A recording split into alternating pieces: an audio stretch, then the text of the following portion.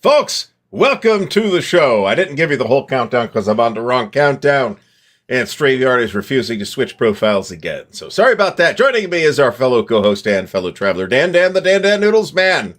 I forgot what I made up for you last week, so it'll have to be the howdy doody of wargaming.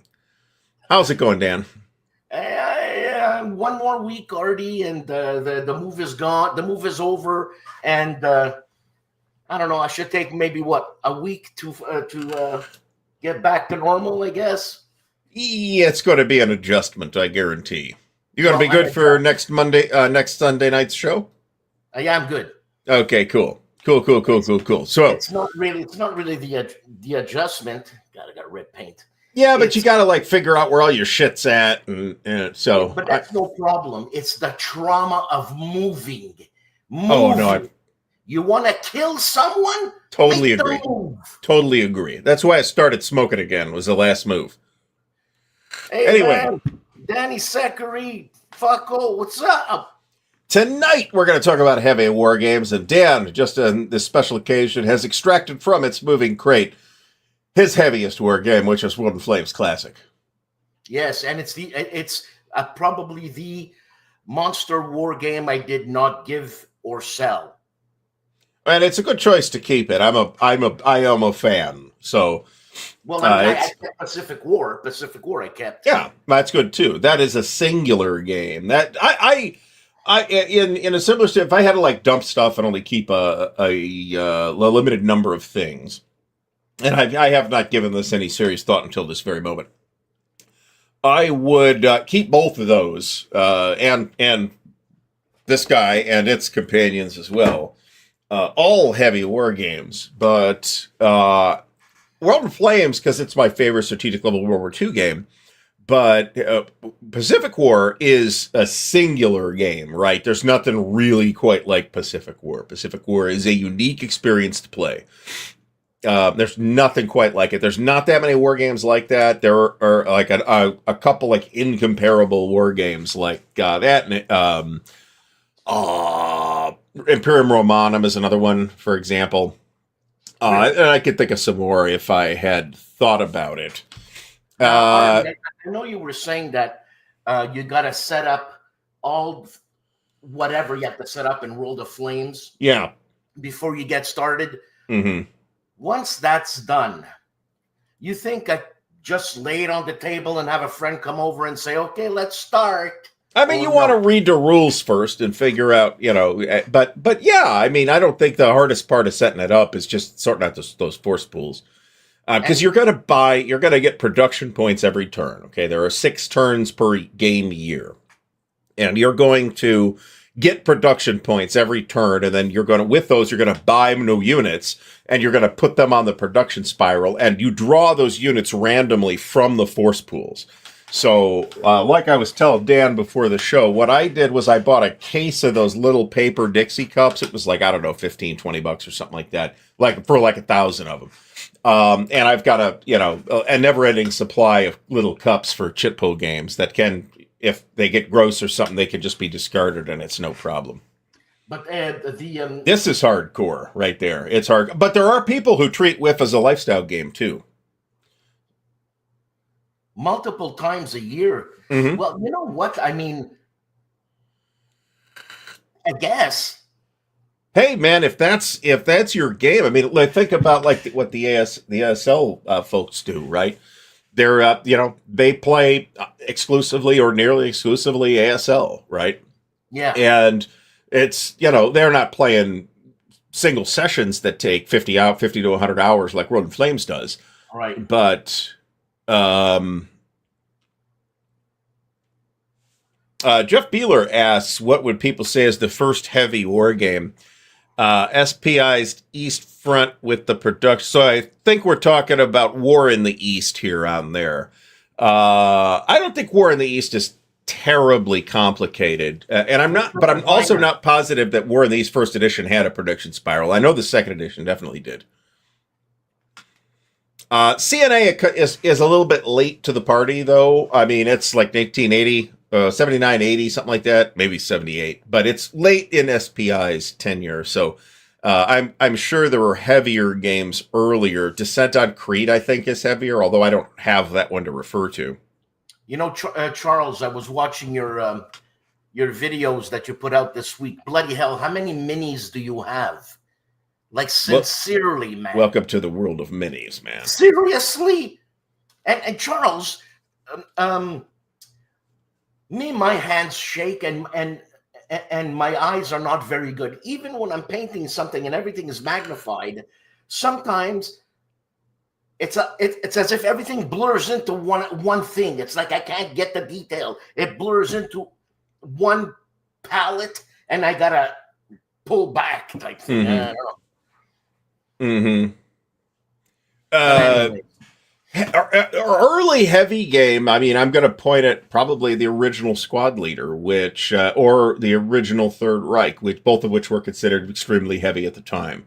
Longest Day. I'm not 100% sure on the release date of any of these, except that I think Third Reich was like 74, and I want to say Squad Leader was 76.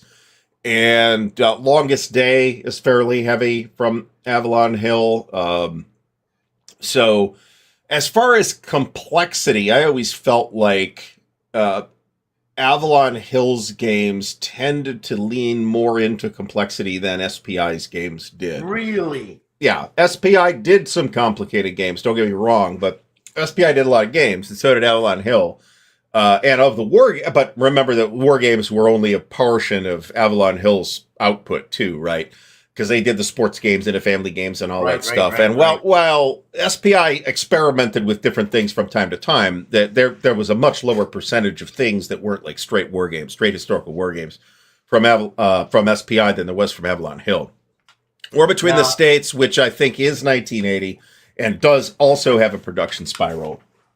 But that production spiral first appeared, as far as I'm aware, in War in the East. So I have the original La Bataille de la Moskva has passed through my hands, and it's heavy for when it came. I think it's 75, as I recall. It's heavy for when it came out, but by modern standards, I don't think it's as heavy. Same thing applies to Third Reich, though, to be completely honest. 1914, eh? So this is pretty early, too. This is like this is a Dunnigan design. It's like a 1970 or something like that, 69, 70, 71.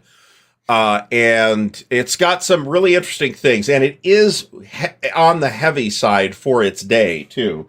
It's got hidden movement, plotted hidden movement, which a lot of people is a feature a lot of people don't like.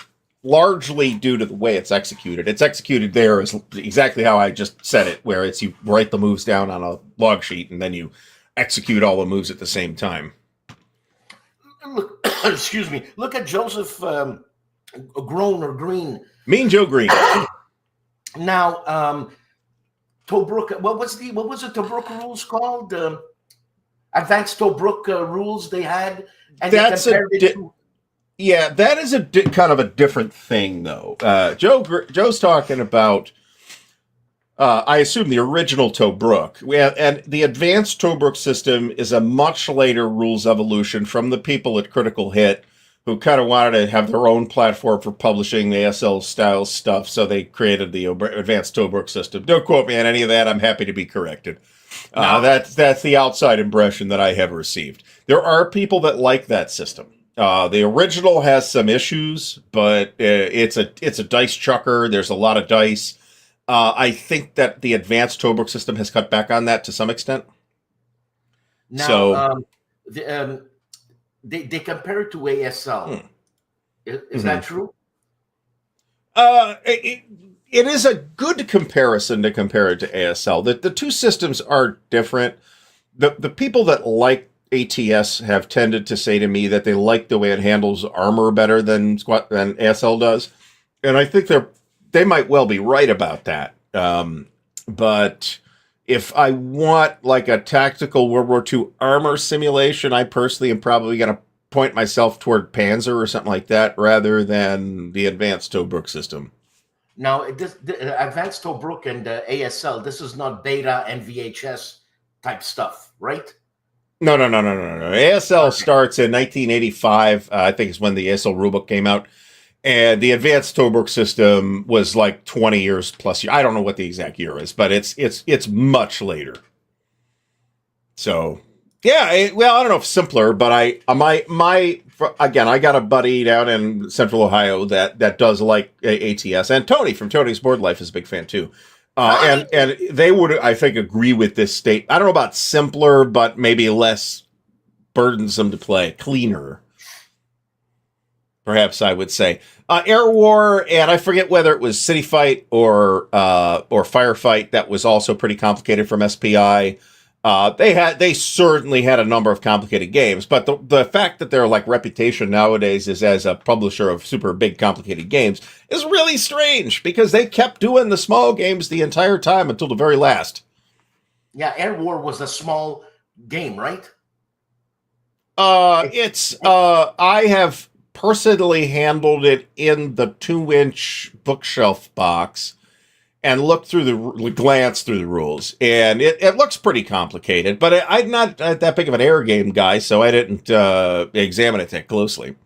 Mandarin Mike mentions Yaquinto's mythology. Yaquinto did some pretty interesting stuff, as you'd expect from the people who are doing games for Yaquinto. But mythology is not one that I personally looked at. Pretty Albion says if you limit the advanced Tobruk system to only the desert, then it's a fine update. NATO Division Commander was late, definitely late, because it only appeared in the soapbox. I'd call this heavy, but it's like a double-blind game too, so it's a little hard to draw direct comparisons with other heavy war games that are not designed that way, right? So at some point, you know what? The original Dragnok Austin is not that heavy in terms of complexity. It's certainly large. It's the first monster war game that we think of as a monster war game. And eventually, of course, this gets turned into Fire in the East, and it grows into the entire Europa series of games. Look, Meandering Mike is saying Air War 12-point facing. I guess that's how they simulate 3D, man. I guess it must be hex like this and hex like this. No, I think it's just that you could point toward you're measuring your counters facing, your air units facing. You could face either a hex side or any of the hex spines. So I think that's what he means by 12-point facing. But that, I see. To me, that feels like a lot of trouble to maintain facing physically on the counters, right? You jostle the table or drop a counter or something like that, you could easily mess facing up. If it's that sensitive, I would be personally leery of that. And if I were publishing a game that had that, I would come up with some kind of mechanism where maybe the hexes are 2 inches across or something like that. Well, if you're facing the lines in between the triangle points there, you've got more area. So ça marche pas. Yeah. Siege of Jerusalem had mentioned a couple of times here too. I think that's also considered a classic. Somebody redoing Siege of Jerusalem. I'm not talking about the thing that MMP did like last year, or the year before. That's a completely different game on the same topic.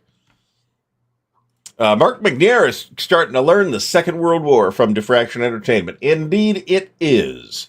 It is, in many respects, the ultimate expression of, although it has differences, but there are plenty of differences between Second World War and Europa.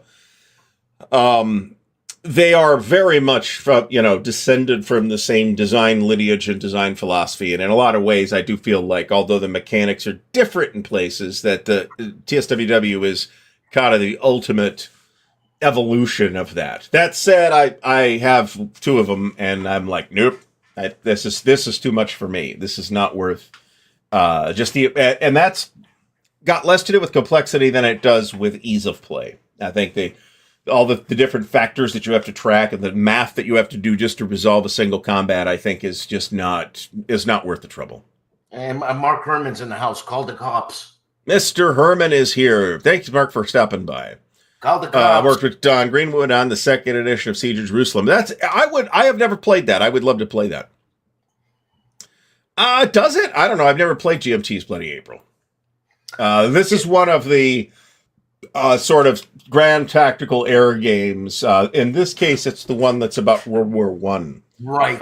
Which sounds cool.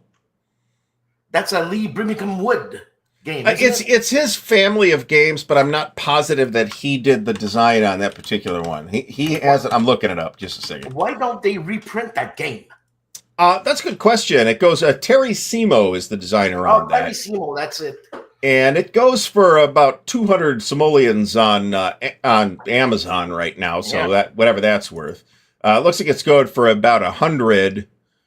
Noble Knight has a shrink wrapped copy for 190, which is kind of around what I thought it would end up going for. Because I had this on my list of things I wanted at one point.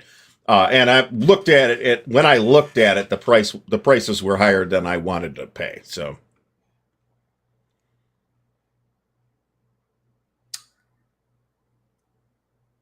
yeah. Hold on a second. Jeff Beeler just commented on John Carter of Mars. Got on the shelf in the other room. Mark Herman, do you have the rights to that game? Does it belong to you? Mark has answered this question many times. He does not.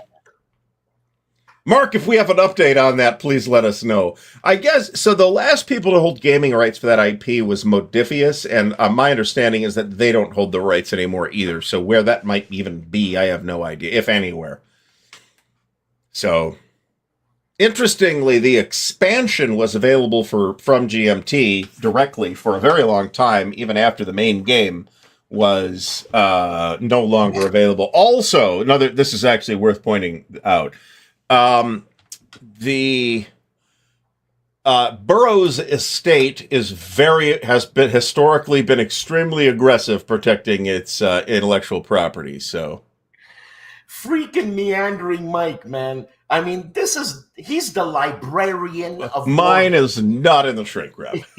He's the librarian of Wargames, man. But I'll tell you what, it's got great graphics, fabulous graphic design, your brilliant cover art by Don Mates, which is probably one of the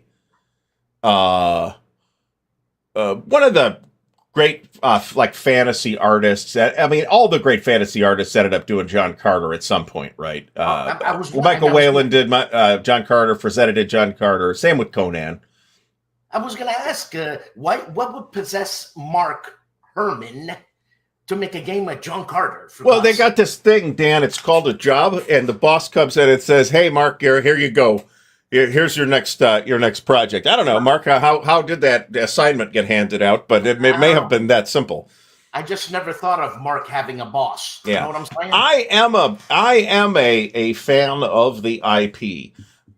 So I waited a long time for a John Carter of Mars role-playing game to come out, and that isn't what the SPI John Carter of Mars is.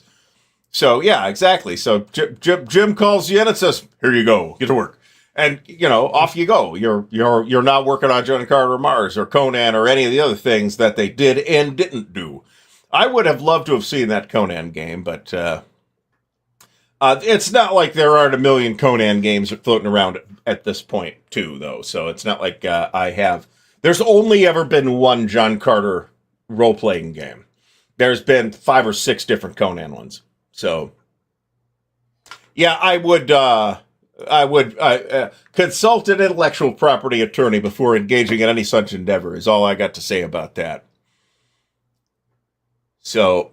I do want to give that a crack. I've never actually tried to play it. I do want to give it a crack at some point. So, yeah, exactly. We just do what Mr. Dunnigan says, right? That's how it worked back in the day, and that's how it works now. Why was the guy a tyrant? Well, no, but he was in charge. Jim Dunnigan ran SPI. I know, but I can't see Mark Herman taking orders. The boss is the boss, but Mark was like 20 when he started working for them too. So it's not like we have Mark the benefit of Mark being an elder statesman now. Mark was born. He was born with full confidence, full this and full that. Mark was born 90. You know what I'm saying? Well, in terms of, what do you think's the heaviest thing you've played, Dan? And don't tell me Fire in the Lake. If you tell me Fire in the Lake, I'm going to throw something through the internet at you. No, I don't. I don't even remember playing Fire in the Lake. I was just like, yeah, no, seriously. No, I know, because you drank like half a bottle of scotch and then tried to play Fire in the Lake. And Mark was humoring me. I remember. I have no doubt. He had Pacific War. He was redoing Pacific War, and I said, I gotta get that game. And diplomatically, as Mark would always be, turned around to me and said, "That's not for you, Dan." Which is great in so many ways. First of all, because Mark said it to you. Secondly, because he's right? It is not going to be a game for everyone. It's high complexity. If you're playing any of the bigger stuff, it's going to be a substantial amount of footprint, even with the map savings that one gets in this new edition. Or in terms of, you don't have to set both big mounted maps up. You could just set up the one unmounted map and it covers most of the scenarios. But even with that, you're still going to have all the off-map displays and the player aids and the little screens and everything. So it's going to eat a lot of space one way or the other. We had some guys playing it at Winterfest. I think this was last year, thinking about it, that pretty much played one of the campaign scenarios for like the entire 4 or 5 days they were there. Yeah. Okay. So, yeah, well, I'd like to answer that if that's no, you weren't wrong, Mark. But the way I took it, I guess, but with all due respect and with a lot of fun and stuff, was that, dang, you're too goddamn stupid to learn the goddamn rules. So don't play that goddamn game. All right? Save your money. But it is a marvelous, a singular experience to play that. So, yes, you were right. You're right. But I still have the game, Mark. Yeah, I'll tell you what, as CDGs, as point-to-point CDGs go, Paths of Glory is fairly heavy. So is For the People. I wouldn't say either of these are really heavy in an absolute sense, but in terms of complexity, they're both not trivially easy to play. Neither is Empire of the Sun, right? Does Mark have, and I can't think of it right now, does Mark have any mediocre in terms of complexity rules? Like, yeah. Where does he go from? He goes from Pacific War to Ribbit? Well, there is Ribbit, but there's also Fort Sumter.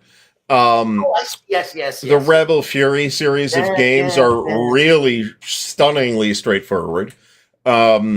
Along with the Gettysburg and Waterloo games that showed up in C3I. There's other examples. I'm sure I could think of other examples. I didn't think Peloponnesian War was all that complicated, but I haven't played it either. I don't think Empire of the Sun is the heaviest CDG. I think it's just got some unconventional mechanisms in it that make it a little less familiar to most wargamers. I actually think that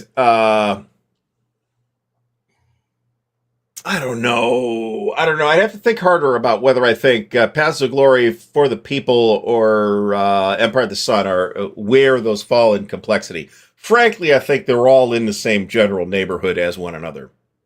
The Last Gamble is very heavy, and as Sean points out, every sense of the word. It is physically very heavy because the book is packed solid with paper, and the rules are quite detailed. I would say it might be, if it is not the most complex bulge game that I've seen, then Vakdam Rhine is, and the Goss Vakdam Rhine is the only other one I could think of that rivals it in terms of complexity for that particular topic. You think when Mark does simpler games, he's dumbing it down? He has to dumb it down, and does he enjoy doing more simpler games? This is a question to ask Mark when he's on, and we need to have Mark back on. It's been quite a while. Put him on. Well, send him the info. I'm going to send you a link for. All right, that would be cool. So, this box is packed sphincter tight, man. It is. There's a lot in that. Time for Trumpets is not as complex as it looks like. No, I think that both Last Gamble and the Goss Vakdam Rhine are both more complicated than than Time for Trumpets. Time for Trumpets looks more complicated than it is because of the way that the material is physically presented. And I found it to be a significant turnoff, and I ended up not getting into the game for that reason. But I've also been told that if you have already played and are reasonably familiar with Bitter Woods, that Time for Trumpets will be pretty easy. It's just like kind of a greatly expanded Bitter Woods. Yeah, and I've never played Bitter Woods. That's my issue. But I'm not. I might be the only person that's ever met Bruno that has never played Bitter Woods, because Bruno is always playing Bitter Woods at every convention I see him at, even when he is playing other games as well, which he often is. And Bitter Woods has a good reputation. I know that there are people who have quibbled with certain things, the balance and stuff like that, but it's a classic. It's still getting played regularly and heavily nowadays. Not a complicated game though. Mr. President is definitely heavy in terms of heavy. Also, in terms of it's probably the heaviest procedural game I've seen, to be honest about it. It's incredibly Byzantine. It would have worked. It is a wonder that there is a board game version of that, to be honest. I think that it just cries out to be a computer game.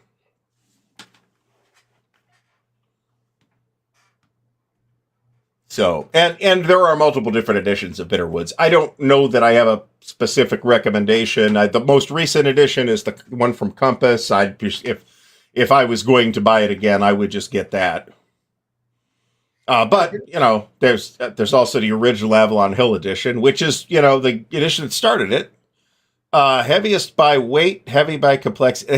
I'll tell you, heaviest by weight, it might end up being Rock of Chickamauga. I'm not positive I have personally lifted another war game that is as heavy as that thing. And I got some pretty big war games. Yeah, you got Rock of Chickamauga? Yeah. It's nice. It's very nice. I'm sure it's nice, man. So, yeah, you can play 5 different games of the same bulge game if it's a good bulge game, and you could play 5 different bulge games. You won't have trouble finding 5. So, what about Achilles says Under an Iron Sky? Is that a Vianello game? Fabrizio? It is. Vianello? Fabrizio popped in real quick at the very beginning, just before the show started. I'm looking for that comment. That's pretty complex. So Fabrizio and his group of people were playing. We got Mark in, but his devices are not connected. Are you trying to tell me he's losing his marbles? I'm trying to tell you I can't even add him to the show because device is not connected. Oh, there we go. There's Mr. Mark. Mark, how's it going? Oh, we can't hear you. You are not muted.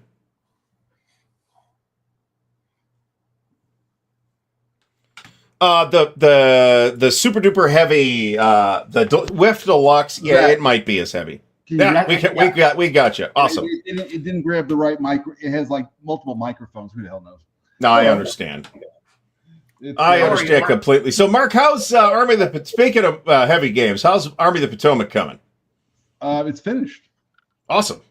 Yeah, Jason Carr is doing the final edit of the playbook, but the series rules, everything's done but the laydown for the playbook, but that's it. Cover, Bob, everything. We have mentioned Empire of the Sun a couple times in this conversation. I was playing it today, by the way. Yeah, good. So you had mentioned previously that you had gotten the idea of how to bring that system to the World War II Mediterranean. How's that coming along? There's a map. I've got a first slate of cards. In fact, one of my to-dos. I always have a list of things I'm doing. So getting an order of battle is my current thing right now. Okay, that's pretty cool. Do you have a notion of what kind of time period that's going to cover?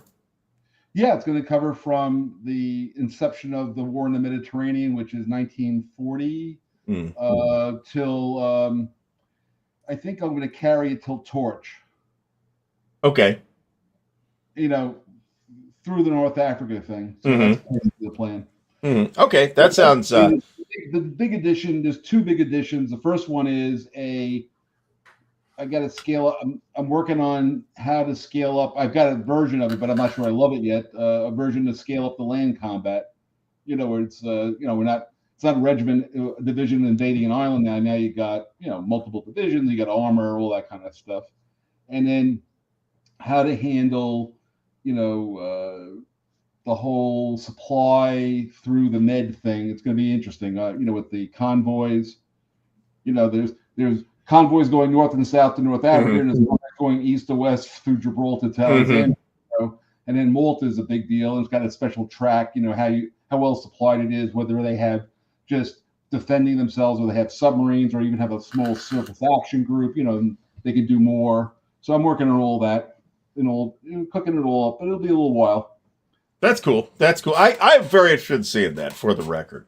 Last time I played that part of the conflict in the Mediterranean, all my stuff ended up on the bottom of the Mediterranean. I gotta tell you, people don't realize how attritional naval war that was. The British lost like 3 battleships and multiple cruisers, and I lost a carrier. The Ark Royal was sunk, and it was a very vicious naval war, which doesn't usually get covered as much. People don't talk about it, but there was a major naval war there with a lot of casualties. Yep. Got to put the frogmen in. Yeah, there's a card. I already got that card. Yeah. Oh, that is the perfect historical anecdote to put on a card in a CDG, isn't it? I already did it in X-Craft in Empire of the Sun. Yeah. That would mean the British they all had, the small, the midget submarine thing was still in vogue. And so the Italians had their manned torpedo. They were using limpet mines. They weren't actually a kamikaze. They used limpet mines, and the X-Craft, I think, was the same way. They got those the Japanese cruisers in Singapore, I think it was. Yeah, so everybody, and then they went into the turrets that way. That didn't work, but it was too big, I guess. But anyway, yeah, there's definitely midget submarines. Yeah, that's awesome. Without having to have friggin' counters for them, that's even better. Yeah, well, yeah, it would be silly. That's why cards work really well with all that kind of stuff. Yeah. Well, you don't need rules. You don't need to write that into the design, because it's in the card. Here's the card. I play this card. It's Italian frogmen attacking harbor somewhere. You take a hit of damage on a battleship. Roll some dice, see how how good it was. Yeah. I'm checking out Army of the Potomac, and it's a monster game. No. You see, you were asking a question about, do I dumb it? I don't. Believe it or not, doing Rebel Fury was harder than doing Pacific War.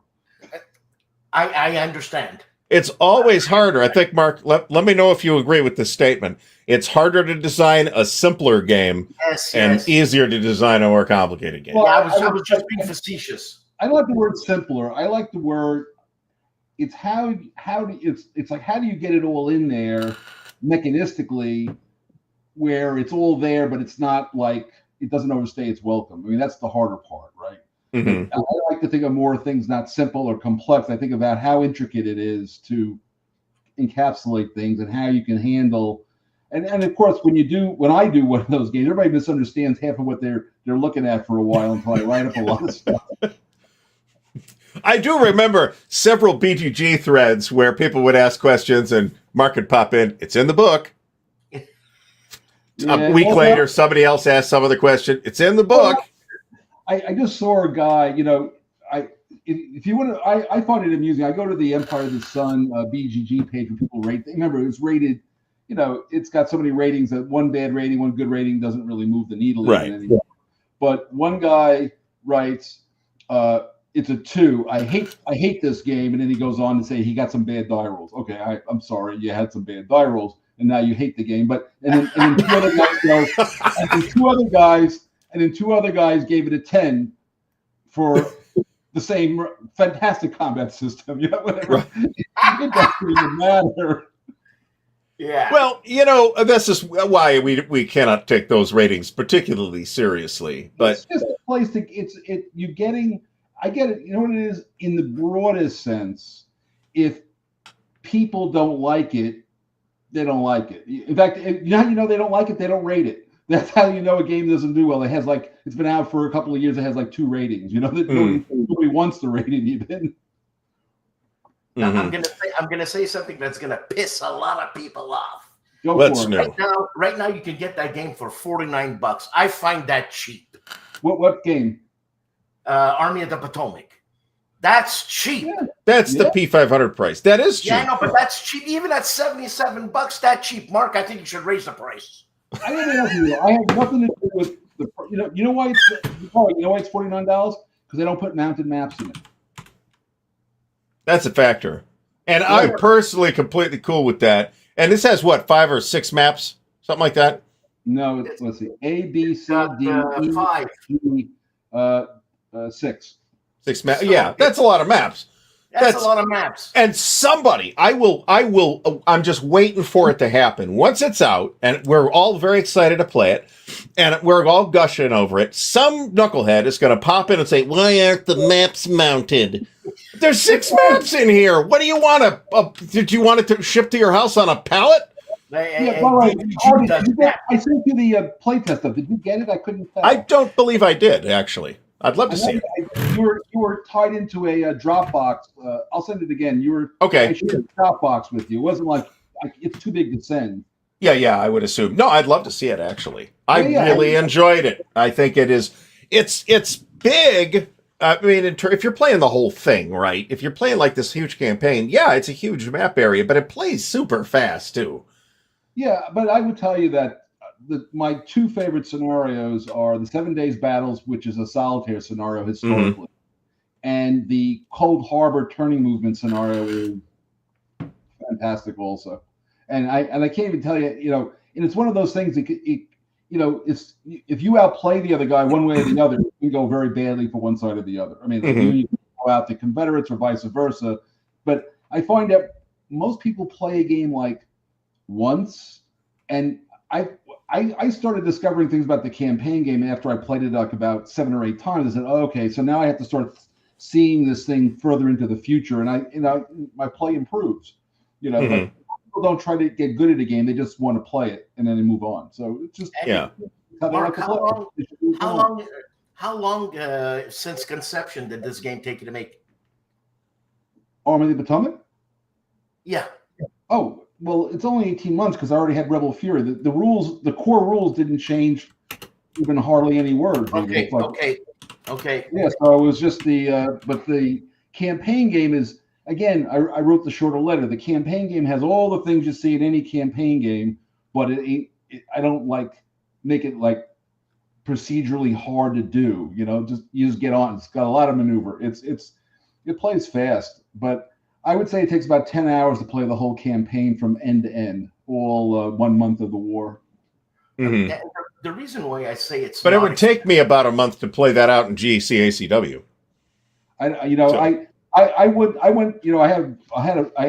David Doctor's a good friend of mine. He was playing he always plays in the GCACW.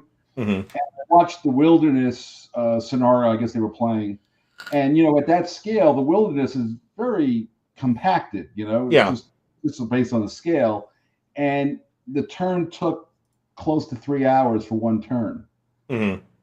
But they were also trying to play so they were thinking about it a lot also. But still, that's a long time to play 1 day of combat. It is, yeah. The counterpoint is that if I played a full day with the serious GCACW people at Winter Offensive. Oh yeah, you played Peninsula, right? I remember seeing.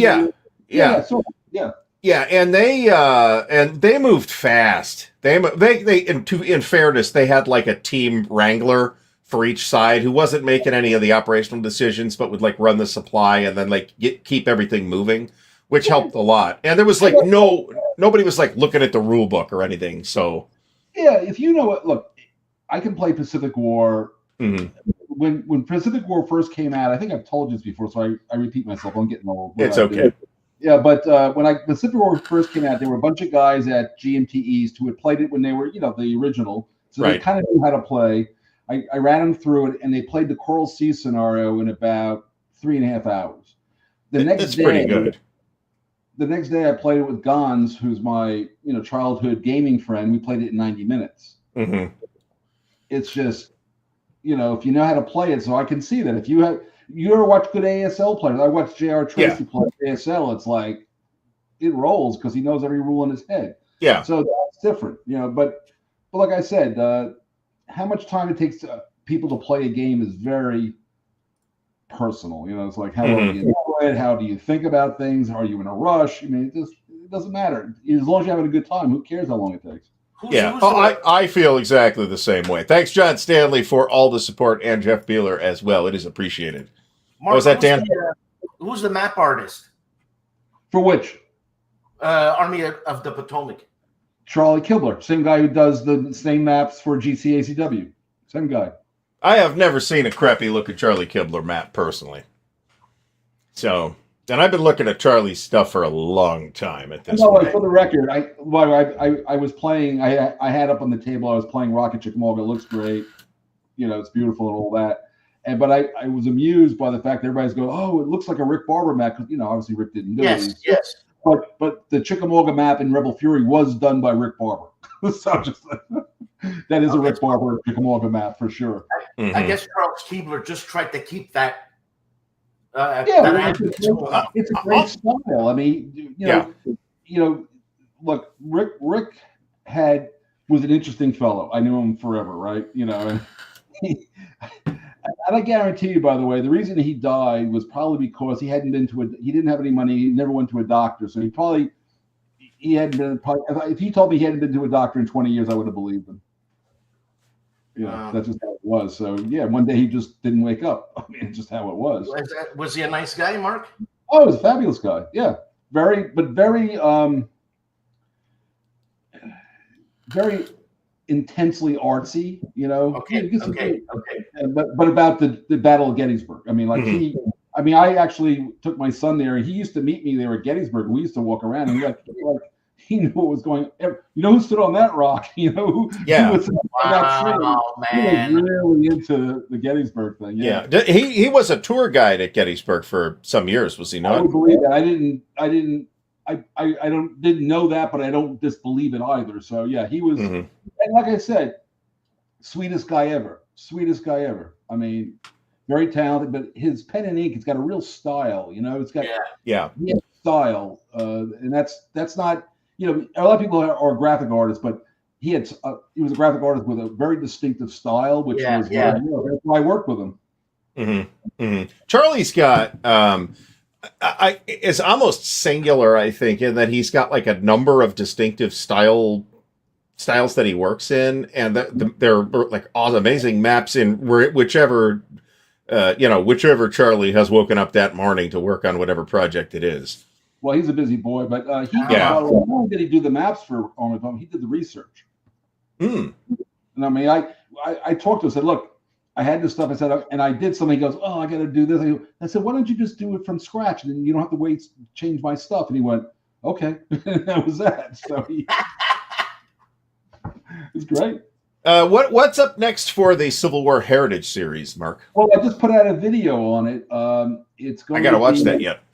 Yeah, well, it's not very long, so it won't impinge on your day. I think it's like 6 minutes long, by the way. I copied that from you and from Kev Sharp. I think that's a great, the 6-minute video. It's like a TikTok thing, right? I'm not using. Yeah, good. Yeah, nobody wants to see me dance. Yeah. But it's going to be. So remember, I'm doing Grand Tactical, and now with a lot of maps, I'm doing campaigns, right? So it's the Antietam and Gettysburg campaign, but not just the battle, but from the Potomac all the way up to Winchester and over to Chambersburg and Harper's Ferry's on the map. It's all like it's like a big block of maps of that whole stuff, and it'll be Vicksburg, and of course it'll have Shiloh. Sweet. Yeah, it's good. That'll be incredible. I'm looking forward to it. Yeah. One of the things that drew me to GCACW in the first place was the sort of focus on maneuver, and I love GCACW, but I think Volko pointed this out. He's like, look, Volko said, there's like 6 different statuses that you can have on units. You've got fatigue, you've got demoralization, 2 different levels of demoralization, 4 different levels of fatigue. You've got a disorganized on the backside of the counter, which reduces the combat strength. So there's like a lot of this. And to me, it was it was revelatory to play Rebel Fury and see, oh, this is like equally as focused on maneuver, but there's like none of all that overhead that I have to get. Now, I'm going to continue to love and play GCACW. That's it. I don't want you to think I'm throwing shade on. No. Yeah. And just to be clear, I was the first publisher of the series, just for the record. But that's true. Yeah, with Lee and Grant. I've been playing the system as long as anybody has, and I know it well. And it's it's a great system. I just feel. I mean, I've had this conversation before. See, that's an operational game. Yeah. But I've come to the revelation, but I decided very distinctly to do a grand tactical game, which is maneuvers preliminary to and during a battle, which is the official definition out of of Germany, and so Grant didn't worry. He just said go attack. He never planned an assault. That's a core guy. That's a tactical game. It's core and below is tactical ultimately. So he's only about maneuvering. So you really get this is a maneuver game. And also, unfortunately, I'm a math guy also. Attacking in the Civil War is a bloody business. That's what it is. And people don't like. A lot of people go, well, you can't win an assault. They go, you got to try harder, but you're going to lose a lot. You can win an assault. You just can't suck. You gotta try multiple times before something's going to happen for you. And people are used to tanks. It's like I get 5-1 odds. I'm going to win the battle. But there's no such thing in the Civil War. That's just not how it works. Yeah, exactly right. So in fact, I just finished reading. It's amazing to me. Another rule that's in Rebel Fury, which is important, is I come at these problems differently. So as a designer, the question I would ask you, how do you make somebody conduct Pickett's charge? I mean, it's like, it's dumb, right? Right. I mean, it's got a history of being dumb, right? In fact, I got a game from Herman has this game. It's right over there, but it's like a solitaire Pickett's charge game. Yeah. In magnificent style. It's here. Oh, that's the old one. Yeah. Well, I don't need the new one. I got the old one. Yeah. But I carry it around sometimes. I mess around with it. But so in Rebel Fury, because remember that after 3 days of combat, these guys are burnt out. They've been shot at. They've lost high casualties. The units are very fragile. So when you get blown on the last day of a battle, it counts as victory points. Basically, you're not coming back. And people go, well, isn't that just just a crummy way to end the game? Goes, no, that's part of the model. In other words, if you're losing on the last day at Gettysburg, you're losing. So you can either just say I lost, or you're going to conduct Pickett's charge. Right. So you don't have to make a rule for it. You're just going to do it. Yeah, with whatever guys you have, whether Pickett is in charge or not, that are not already blown. Yeah. Exactly. That's to me is the cooler trick than worrying about, that's why I'm trying to have no special rules. I don't think you need them in that most cases. Now, Mark, historically, is that exactly what happened? They were losing, and then it's like, let's go for it. So when Lee, after the war, so Lee, of course, wrote his after action report, which is very much a narrative of what happened. It's where you can, it's online. I mean, it's equals Leroy. I don't know who this Leroy Jenkins is, by the way. Continue, Mark. I will explain it in a moment. Anyway, the point is that after the war, he becomes the president of what was then Washington College, later becomes Washington Lee, and there were two contemporaneous interviews done by one of the professors there, who, by the way, is a real lost cause guy. So you got to, his where he's coming from, and they were all trying to bury Longstreet in this, but Lee, in his own words, according to this guy who took notes, I wasn't there, and did Lee really say it, and who knows? But this is written down, contemporaneous, based on an interview with Lee, and he said, on the last day, I knew that if I didn't, I thought I could break the Union center, but if I didn't, I knew I lost the battle, and that's why I did it. That's what he says. I mean, that's out of his own mouth. So the answer is, he realizes if he doesn't win the battle, he will have lost the battle.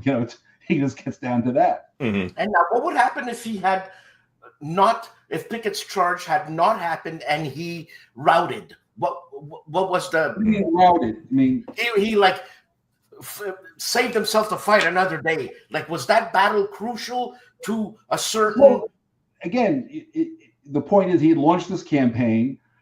You know, he had a purpose to the campaign. Mm-hmm. You know, he wanted to subsist, and he wanted to stay in the North, by the way, through the fall. He wrote that to Jefferson Davis. So that's all. You know, that's the other part. Everybody tells me like that's not true. That's a historical. Did you actually read what these guys wrote? Did you ever read what they actually wrote down? I have. So when I hear that stuff, I go, okay, you know, you clearly, you know, I'm not. Look, first, primary sources have their problems, but they are at least something based on what they actually said. And these are official reports, by the way. They don't tend to lie, you know, up to chain. You know, there are too many people who are looking at these things and reviewing them, and they say, well, that's not true. So there's a lot of corroboration between reports based on the fact that, you know, the people looked at it and say, well, you know, he's lying. And that would be a big deal with honor and all that kind of stuff. Anyway, all that aside, Sickles, you know, by the way, Jeff, I don't disagree with that. I mean, I disagree that was Sickles' intent, but it's clear from Lee's after action report that Sickles being in the peach orchard was one of those things that they caught him off guard and screwed up their attack, but they almost won the battle because of it. So it's kind of one of those, you know, when the Third Corps goes, you know, routes off the field, there's a hole in the middle of the Union line, and if somehow there was somebody there to exploit it, it could have busted things open. It's just hard to say. Mm-hmm. There is a book, I believe, called Sickles at Gettysburg. I forget who wrote it, but I read it, and it's a very interesting historical character, to say the least. A fabulous book to read, which I actually used got me into the finals of an essay contest once. Coddington wrote a book called Command at Gettysburg, and it's a phenomenal detail. It's like the standard, you know, who said what to whom when kind of book. It's a study in command, it says. It's Gettysburg, a study in command. Yeah. But anyway, the point of the matter is, now, in the third volume of the series, by the way, I am going to be bringing in a theater level, even above operational level. I'm bringing in a theater level 8 miles per hex overlay, which can be played separately or below, but it will have hidden. That's where the hidden intelligence will be. Cavalry, real hidden intelligence, and, you know, faking people out. That goes down to the grand tactical operational level. So it'll be a 3-level system when I'm done, and after the third volume. Well, that sounds cool. Army of the Potomac. Each hex is how far? How large? Half a mile. A mile? No, half. Half a mile. Half a mile. Yeah, because that's why you have a 2-hex zone of influence. That's the range of artillery. Dan's doing the math in his head. It's okay. We'll shoot 1 mile, basically. What's that? What's the matter? He's counting.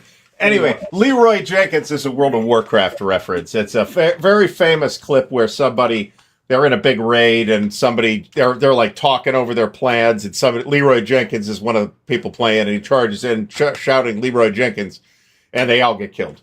So it was a very famous thing back in the 15 years ago. Yeah. Okay. I might have been asleep during that show. Yeah, if it makes you feel any better, Mark, I was years late to the party on this too, but I have seen the clip, and it is amusing. I've seen it on your show about 4 or 5 times. I keep going, who's Leroy Jenkins? Well, you know how Kilroy was here, how that happened, right? Yeah. You know how that, okay. Yeah, but it's... I thought it was like that. Yeah, this is also true, by the way. This is what establishes the insanity defense in the American justice system. Yes. This is the first case where they let him off because it was a moment of passion where he just walked up to his wife's boyfriend and plugged him and killed him. And it was Francis Scott Key's son. And there was a big trial. It was a national scandal and all that stuff.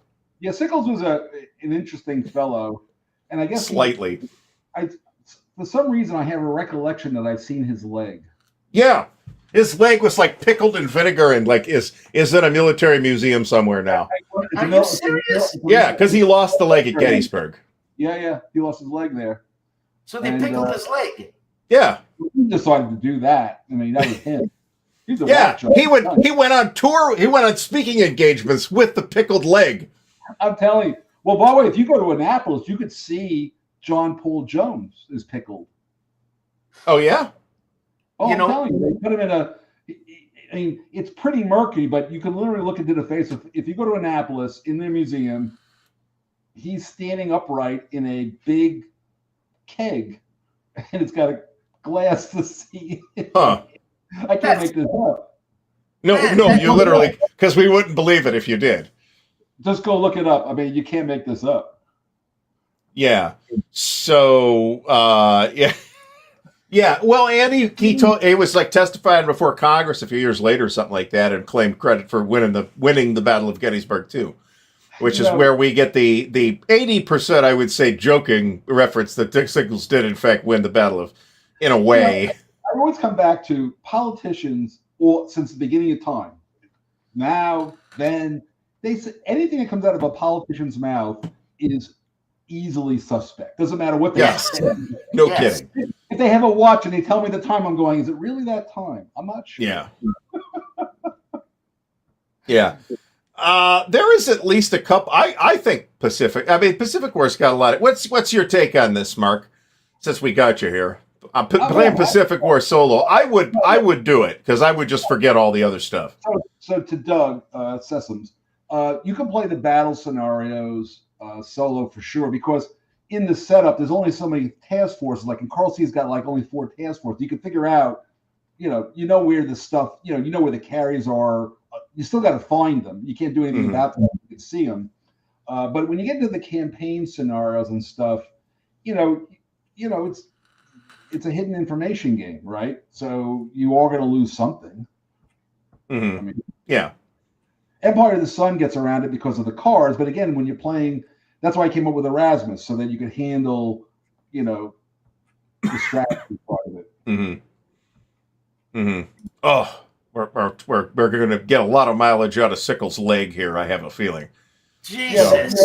But why? Do you know why the peach orchard was important, though? That's a more interesting question. Dan? No.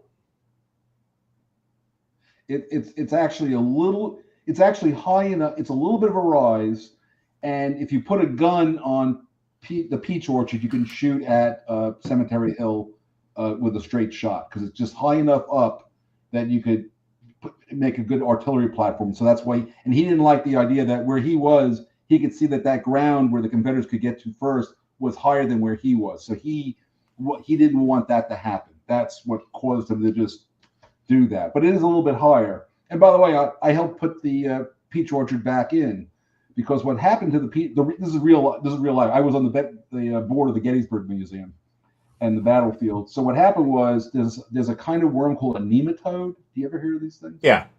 Okay, so the nematodes got into the roots of the peach trees and killed them all. And so what we had to do is we had to put basically, anti-nematode poison into the ground for 3 years to wipe them out. Then we replanted the peach trees, and now they're starting to bloom again. It was like a 5-year project. That's cool. I didn't know you could get shots at Cemetery Hill from the peach orchard, actually. But yeah, that's totally why Sickles wanted that ground. So there was a series of maps. My wife gave them to me for an anniversary present. They're in my kitchen, by the way, 3 of them. Each day at Gettysburg. They're called the Backler maps. You can get them online. But that's when you see, we were doing a lot of the topography of the battlefield has changed since the battle, right? Mm-hmm. And so when they put in certain roads and they threw, remember the Gettysburg was owned by the U.S. Army in the 1930s. It was an army base, and that's where they used to run. Patton and Eisenhower used to run the tanks all over the battlefield. That's where it was our tank proving ground. And that's why Eisenhower's house is there. When he was leaving the presidency, Mamie said to him, "Where do you want to live?" He says, "The happiest I ever was when I was running that tank thing up in Gettysburg." So they bought a house there. So Eisenhower was the head of the tank, training area, and Gettysburg was where they ran the tank. So you can imagine they tore the ground up a little bit. Mm-hmm. A little bit. Yeah, but isn't it a heritage site? Like, what the hell would they put? Yeah, but this is 1930. The world of 1830 is not the world of the Heritage Society of today. There's I mean, Mark could speak to this a lot better than I have, but if you like keep up with like the Civil War Trust or the American Battlefield Trust, you'll know that there's a lot of battlefields that have been sold off for commercial development, or parts of battlefields that have been sold off for commercial development and all that stuff. But So, I mean, try to find the Second Manassas battle. I had a friend who lived on. He lives on a piece of the battlefield that his house on. I don't even know if he's alive anymore, but I've been to it. I mean, you know, all they've got of the First Manassas is love. Oh, geez, thank you very much. I did a cruise to Suez in 7 hours, so it was a motorcycle ride through design. Anyway, I actually surprised it came out even at all. But regardless, you know, all they have is Henry Hill. They don't have, you know, where Burnside and the Louisiana Tigers fought earlier in the battle, which is further to, I guess that would be the west of Henry Hill. That's all houses. You know, people live there. Mm-hmm. Mm-hmm.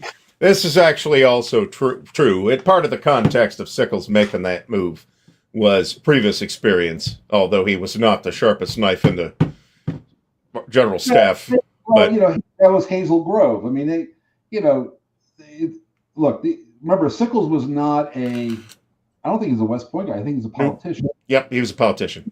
Yeah. So, but the West Point guys understood, like, you know, Lee and Grant and those guys, they were particularly good at looking at ground and, you know, figuring, well, we should be over here, over there. These other guys learned it from hard experience. You know, it's OJT, right? They learned it. Mm-hmm. You know, there's a book. Have you ever read this book? You've heard of Stephen Sears, obviously. Yeah.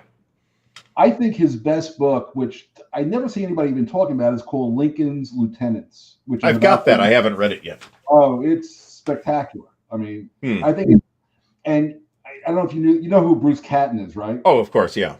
Bruce Catton mentored Stephen Sears. No kidding. I didn't know that. Yep. That's pretty cool. I've got a bunch of Catton's books, too. Yeah, Lincoln's Lieutenants is really almost like his version of, you know, the Army of the Potomac's trilogy written by Catton. Mm-hmm. I mean, they seem. Mm-hmm. Catton was writing in what, the 50s?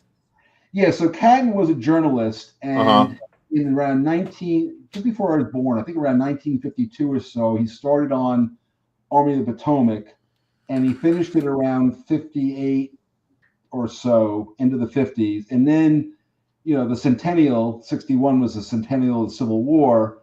He then wrote his Civil War, you know, his trilogy, the Civil War Heritage trilogy. And he also wrote the thing for, you know, the Smithsonian one everybody's read when we were kids, that's the Civil War and all that. So yeah, that was his big. You know, Catton's best book was I think his last was published after it was postmortem. Good. At a resort in the Philippines. Yeah, that's interesting. Which one though, John? It was good seeing John, by the way, WBC. I have picked up Battlestar Galactica together. We were Cylons. Excellent. Excellent. That's interesting too. That is interesting that there was a shelf at the Philippines resort about Gettysburg. No, he's saying that Sears' Gettysburg book, I think is what he's saying. Oh, okay. I've got that. That is an excellent book. Oh, it is, and I've read his Chancellorsville book, and you know all that.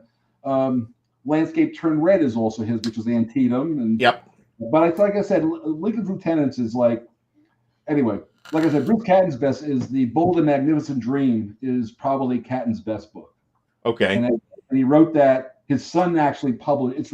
It's got both him and his son's name on it. But Catton had passed away before. The book was published post-mortem, but his writing style is like poetry. It's an amazing book. That's one that I do not have, but I am always on the lookout for more Bruce Catton stuff. It's an easy book to get. Nobody wants it. Yeah, they don't know how good it is. All right, folks, we are out of time. I want to say your whole show. I mean, you it's okay. I said, people do 3 times in a row. I had to show up. This makes it super easy for me and Dan. As well, Mark's going to be here. It's going to be great. We can just sit here and listen to Mark, and it'll be That's fantastic. exactly what I'm doing. I shut up and I learn. And Dan has all these questions written down, so he can ask them again next time you come and join us. That's right. So, And by the way, the only reason I'm here is because the Yankees are doing so badly. I couldn't even watch the game. I had to do something, so I said, "Oh, these guys are on. I'll go see what they're doing." fantastic. We beat the Yankees out tonight in the Mark Herman ratings, folks. I have, Meet at Gettysburg. I mean, this book. So the answer is yes. That one? There you go. Yes. Hey, Mark. So, I got to tell you, it's a good book. Let me just start that. I'm not sure I agree with all the findings of the author, but he wrote he or she, I don't even know, but I think he wrote the book. He gets to say what he wants. Hey, Mark. well, yeah. Mark. Yes, Dan. Yes, Dan. Where do you buy your weed? You mean like marijuana? Yeah.